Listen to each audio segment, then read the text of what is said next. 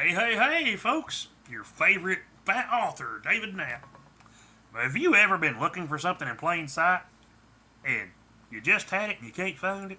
Or maybe you've got up like me and you can't find your keys. This next one's for people like you. It's called Where the Hell Are My Keys? Third time this week, Clovis Green snapped as he hurried to find his keys. As was his custom, every night he laid them on his coffee table. But for the last 3 days, they weren't where he left them. After an hour of searching, he found them. How the hell did they get under my bed? He asked himself.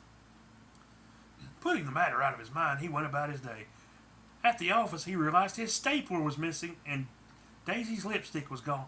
I leave it on my desk. I only leave it when I have court or when we have a committee meeting, she said, rummaging through her desk. Oh, here it is, she said, picking up the tube. Clovis was sure it hadn't been there before. He shook his head and ignored it. Then, during the course of the day, both of them noticed that things weren't where they left him. Near noon, they were called into the field. A tourist had spotted the Wendigo near town, and the idiot had the nerve to shoot at it. Clovis and Daisy quickly leapt into action. The tourist had luckily escaped without much more than a savage beating. With some staging, it was blamed on a group of local meth heads. The Wendigo was tall and thin.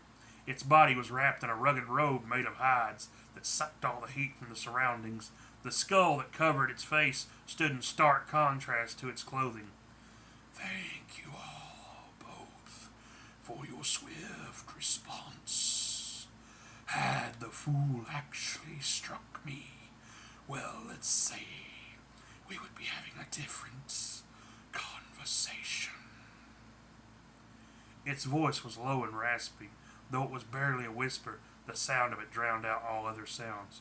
Before they could leave, the Wendigo's hand darted towards Clovis. There was a shrill squealing as it grabbed something. It held a small-scaled humanoid about the size of a mouse. It had long clawed fingers that held a set of keys.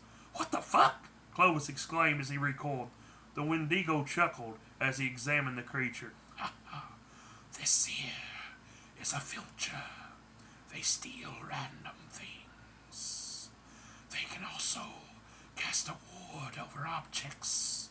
They are pranksters and pests. Mostly they like shiny things. Daisy and Clovis looked at the creature in shock. I'm sure you've experienced it. You were looking for something that was in plain sight, and for some reason you couldn't find it or see it. It is because a filter is nearby, and they are interested in what you're looking for. Clovis and Daisy looked closely at the creature. It screamed and tried to pull away from the Wendigo's grip. Are they dangerous? Daisy asked. The Wendigo chuckled coldly. Not in the slightest.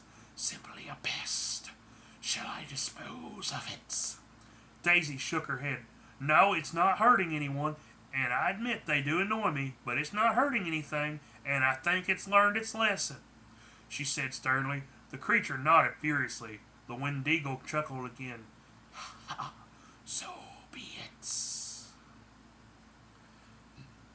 He dropped the filter and it disappeared. Clovis bowed deeply to the creature. Thank you, Elder, for your wisdom. I'll have Julie bring you a couple of smoked hams tomorrow.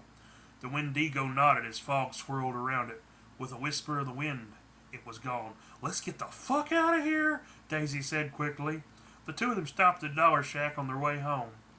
What are we stopping here for? Daisy asked him. Clovis smiled and lit a cigarette. Mouse traps and glitter, he said with a wide grin. The next day, Harold Hatch arrived back at the office to find sparkly mouse traps all over the office. I think maybe I'll send Clovis to the regional meeting next time instead, as he began the hard task of sweeping up glitter.